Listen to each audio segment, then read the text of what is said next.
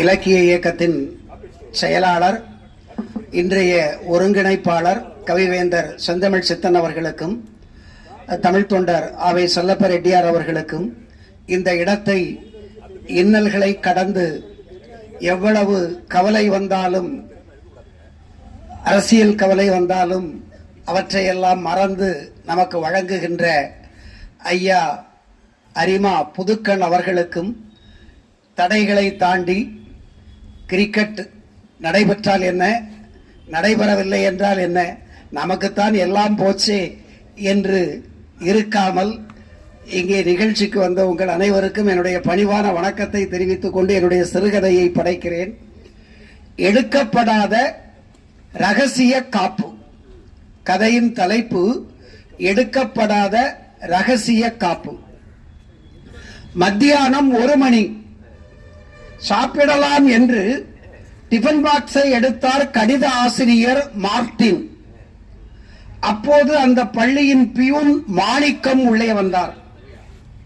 Martin sir, உங்களை HM கூப்பிடுறாரு என்று சொல்லிவிட்டு அங்கேயே நின்றார். திரும்பி பார்த்த மார்டின் கையில் எடுத்த டிஃபன் பாக்ஸை அப்படியே மேஜையில் வைத்துவிட்டு எழுந்தார்.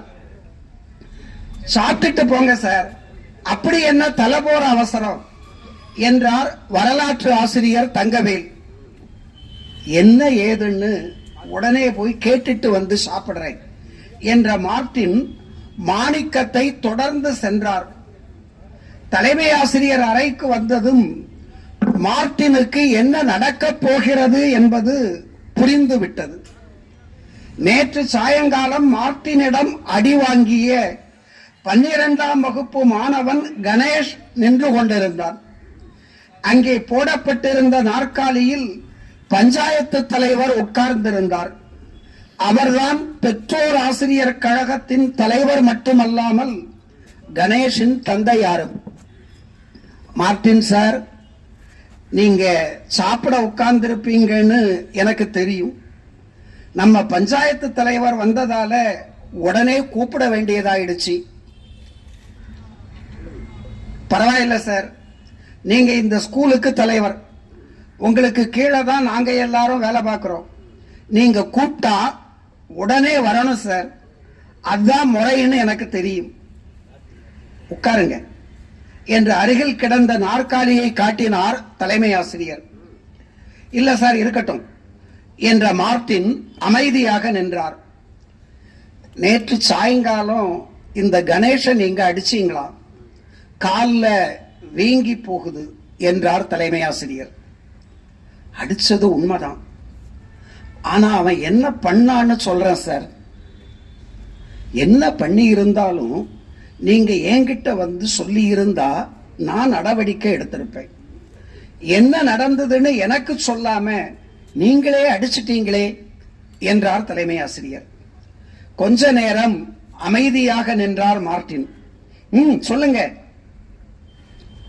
அவர்கிட்ட என்னத்தை கேட்க போறீங்க?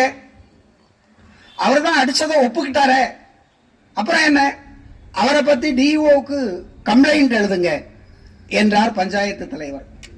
கொஞ்சம் பொறுங்க, நான் கேட்டு நடவடிக்கை எடுக்கிறேன், நீங்க சொல்லுங்க என்றார் தலைமை ஆசிரியர். பஞ்சாயத்து தலைவருக்கு தலைமை ஆசிரியர் சொன்னது பிடிக்கவில்லை. நாற்காலியில் இன்னும் தளர்வாக உட்கார்ந்து கொண்டார். நேற்று 4:30 மணி இருக்கும். +1 படிக்கிற ஒரு பொண்ணுக்கு கைய பிடிச்சி இழுத்தான் இந்த கணேஷ். அதை பெருசாக்க வேண்டாம்னு தான் நானே அடிச்சு அனுப்பிட்டேன் என்றார் மார்டின். அப்படி ஒண்ணும் நடக்கல, சும்மா நின்ன எனக்கு பையனை இவர் வேணும்னே அடிச்சுக்கிட்டு இப்ப கதை கட்டுறாரு என்றார் பஞ்சாயத்து தலைவர். சும்மா நின்ன ஒரு பையனை யாராவது அடிப்பாங்களா என்று மெதுவாக சொன்னார் மார்டின். அதான் நீ அடிச்சிருக்கியே என்று ஒருமையில் பேசினார் தலைவர். சார், கொஞ்சம் பொறுமையா இருங்க. என்னத்த பொறுமையா இருக்கிறது? அவன் காலை பாருங்க, தேங்காயை போல வீங்கி போகுது என்று சொன்னவுடன் கணேஷ் அவன் போட்டிருந்த பேண்டை மேல் நோக்கி சுருட்டினான். உண்மையிலேயே கால் வீங்கி இருந்தது. அதில் மஞ்சள் பற்று போட்ட அடையாளம் அப்படியே தெரிந்தது. மரியாதையை வாங்கியே பழக்கப்பட்ட அந்த கணித ஆசிரியர் மார்ட்டினுக்கு பஞ்சாயத்து தலைவர் சொன்ன ஒருமை வார்த்தை சுரீர் என்று தைத்தது. வாய் வரை வந்த வார்த்தைகளை அடக்கிக் கொண்டார். சார், நான் தான் 12ஆம் வகுப்பு கணித பிரிவுக்கு கிளாஸ் டீச்சர். இந்த பிரச்சனை பெருசாக கூடாதுங்கிறத தெரிஞ்சுக்கிட்டு தான் அப்படியே முடிச்சிடணும்னு நினைச்சேன். அப்படியே விட்டுட்டா இவன் இதுக்கு மேல ஏதாவது செஞ்சுடுவான்னு பெரம்பை எடுத்து காலில் அடிச்சேன். அந்த பெரம்பு கொஞ்சம் பெருசா இருந்ததால வீங்கி இருக்கு என்றார் மார்ட்டின். எனக்கு மொவன் எந்த பிள்ளையையும் கைய பிடிச்சி இழுக்கல்ல, அப்படி எனக்கு மோன நான் வளர்க்கல என்றார் பஞ்சாயத்து தலைவர்.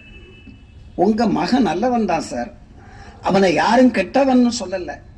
அவன் கெட்டு போயிடக்கூடாதுங்கிற நல்ல எண்ணத்துல தான் அவனை அடிச்சு திருத்த நினைச்சேன் என்றார் மார்ட்டின்.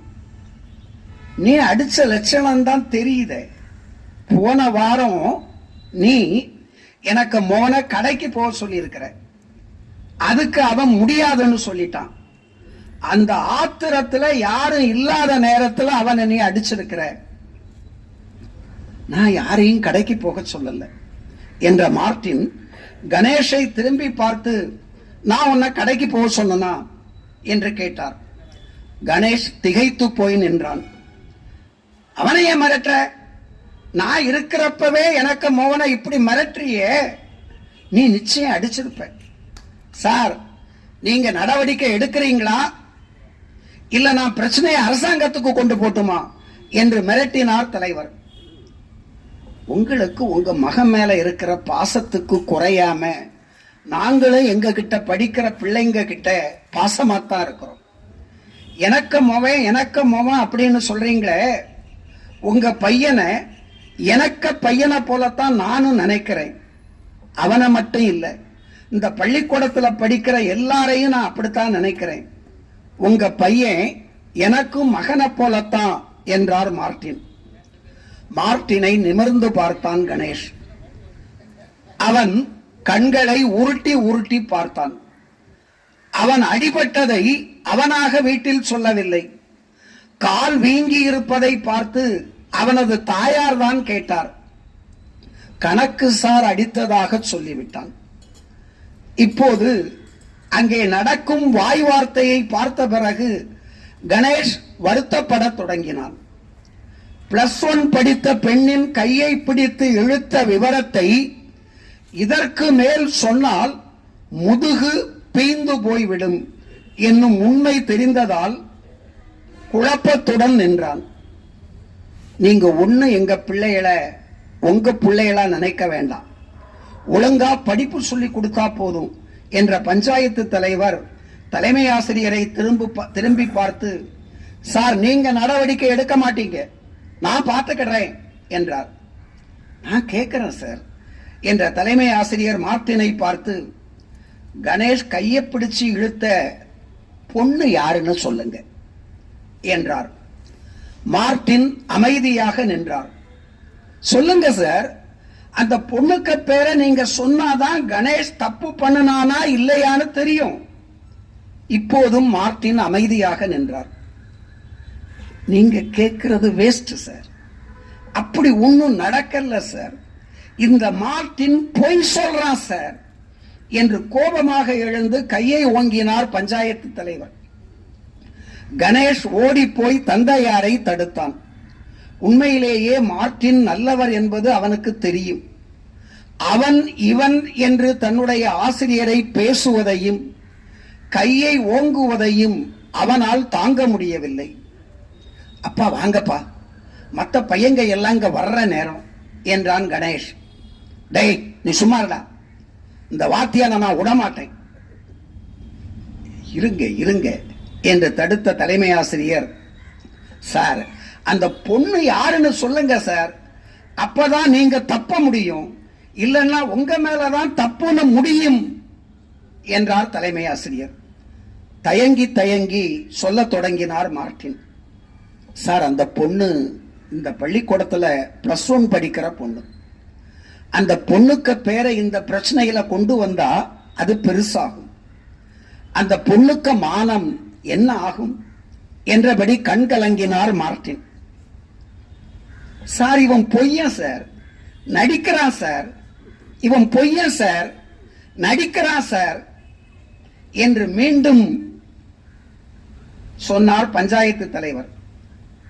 சார் அந்த பொண்ணுக்கு பேரை சொல்லுங்க சார் என்று மீண்டும் சற்று கோபமாக கேட்டார் தலைமை ஆசிரியர். பதில் பேசாமல் நின்றார் மார்ட்டின். அப்படின்னா கம்ப்ளைண்ட் பண்றதை தவிர வேற வழி இல்லை என்றார் தலைமை ஆசிரியர். அதை முதல்ல செய்யுங்க என்று பஞ்சாயத்து தலைவர் சொல்லும் போது அவருடைய செல்போன் அழைத்தது. அது அரசியல் அழைப்பு, உடனே பேச வேண்டிய கட்டாயம்.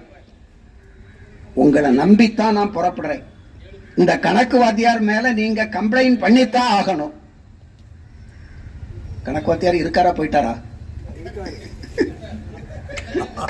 இந்த கணக்கு வாத்தியார் மேல நீங்க கம்ப்ளைண்ட் பண்ணித்தான் ஆகணும் என்று ஆர்டர் போட்டுவிட்டு புறப்பட்டார் பஞ்சாயத்து தலைவர். வேறு வழி இல்லாமல் டிஇஓக்கு கம்ப்ளைண்ட் லெட்டர் எழுதினார் தலைமை ஆசிரியர். டிஇஓ அலுவலகத்தில் விசாரணைக்கு அழைக்கப்பட்டார் மார்ட்டின். விசாரணையின் போதும் 11ஆம் வகுப்பு மாணவியின் பெயரை மார்ட்டின் சொல்லவில்லை. அதனால் மார்ட்டின் தான் தவறு செய்து விட்டார் என்று முடிவானது. அதன்படி சஸ்பெண்ட் செய்யப்பட்டார் மார்ட்டின். அதன் பிறகு அவரது முன் நடவடிக்கை எல்லாவற்றையும் அலசி ஆராய்ந்து பார்த்து வேறு எந்த தவறும் அவர் மேல் இல்லை என்று தெரிந்த காரணத்தால் அவருக்கு டிரான்ஸ்பர் எதுவும் போடவில்லை. மீண்டும் அதே பள்ளியில் முதுநிலை கணித ஆசிரியராக வந்தார். கணேஷ் நல்லபடியாக படித்து பாஸ் ஆகி அந்த பள்ளியை விட்டு போய்விட்டான். மதிப்பெண் சான்றிதழை வாங்க வந்த கணேஷ் மற்ற மாணவர்களிடம் அங்கிருந்து உடனே போகவில்லை. 4 மணிக்கு மேல் ஆசிரியர் அறைக்கு போனான். அங்கே மார்ட்டின் மட்டும் தனியாக இருந்தார். நேரே அவரது காலில் விழுந்து வணங்கினான். அவனது கண்ணீர் மார்ட்டினின் காலை நனைத்தது. அவனை தூக்கி நிறுத்திய மார்ட்டின், நீ நல்லா படிச்சு பாஸ் ஆனது எனக்கு ரொம்ப மகிழ்ச்சி. அந்த சம்பவத்துக்கு பிறகு நீ எந்த தவறும் செய்யல என்பது எனக்கு தெரியும். உனக்கு எந்த குற்ற உணர்ச்சியும் வேண்டாம். இது இயல்பானதுதான் இந்த வயசுல என்று அவனுக்கு ஆறுதல் சொல்லி அனுப்பினார். கையெடுத்து கும்பிட்டபடி கணேஷ் போனான். அந்த +1 மாணவி தலைமை ஆசிரியரின் மகள் மல்லிகாதான் என்பதை கடைசி வரை மார்ட்டின் யாரிடமும் சொல்லவில்லை. நன்றி, வணக்கம்.